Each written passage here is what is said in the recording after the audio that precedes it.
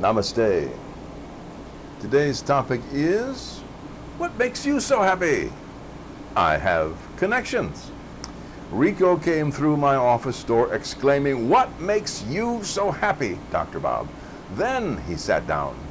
He was a little angry. I had something he wanted but couldn't figure out how to get. I smiled and said, "I've got connections." Rico was in his mid-30s. Though Rico is not his real name, he is Hispanic American. He had a good job and a real nice family. He and his family had been attending our caring community for over 3 years. Rico said, "I want those same connections." He spoke those words as if I were keeping something from him. Are you willing to work at them? They really don't come easy, although they are cheap. You know I can work hard. Okay, here are the 3 of them. 1, a connection with the source of all there is. 2, a connection with yourself. And 3, a connection with others. He wasn't expecting those, but he leaned a little forward in his chair, indicating his eagerness. First, I began to explain, comes a connection with the source of all there is. Some call this source God, but I often find that there is too much harmful baggage to unpack and discard with this word God. So I use the less familiar term, the source of all there is. You get in touch with this source through meditation or prayer. I stick closer to meditation, as prayer also can have negative connotations for many folks. I told Rico he needed to develop a meditative life using one of the many forms of meditation. What would that do for him? This connection would help him find the meaning of his life, which I believe is to be happy.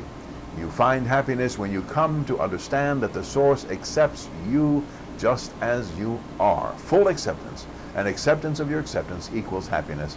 You choose to be happy, knowing that you are accepted. Happiness is here defined as an excellent source of well-being. Joy, on the other hand, is an emotion that erupts from external events. Happiness is a choice to feel a sense of well-being no matter what is happening in your external world. This sense of well-being is developed and perpetuated through a connection with the source of all there is. But you do not finish there. You go on to accept yourself just as you are. Yes, we all can improve, but we start just where we are right now. Rich or poor or in between, tall, short or medium, thin or heavy or in between, educated or not, family or single, all of these, any of these, is just the way you are right now. Accept that. In other words, make a genuine affirming connection with yourself. Be aware of who you really are. As you are totally and unconditionally accepted by the source, there is no need to look at yourself as anything else, no matter what you've done or not done, been or not been, said or not said. Affirm yourself just as you are. Many people find themselves separated from themselves because they feel they're not as perfect as they're supposed to be. Nonsense. You are perfect just the way you are. Yes, improvements may need to be made, but as you are right now, you are perfectly human. These 2, acceptance from the source and affirmation of self, lead to a connection with others. Why? You need to express your acceptance and affirmation in the world around you as you interact with others. Now that you know you are accepted by the source and you have affirmed yourself, you can see that all others are in the same boat as you, whether they realize it or not. They need to know they are accepted by the source. They need to know they can affirm themselves just as they are. One of the ways they can discover these is through your actions and words. How? When you show compassion for others, you have demonstrated acceptance and affirmation. How many people need affirmation and acceptance? That's right, everyone. You can be one of the instruments to help others. You share your happiness.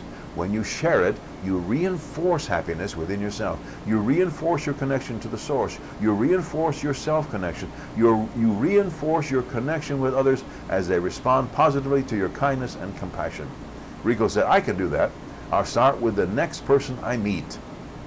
We parted then, but as I saw Rico frequently in the fellowship, he did seem much happier than before we talked together. You can make these 3 connections as well. Start now. May you and all sentient beings know happiness and the root of happiness. Namaste.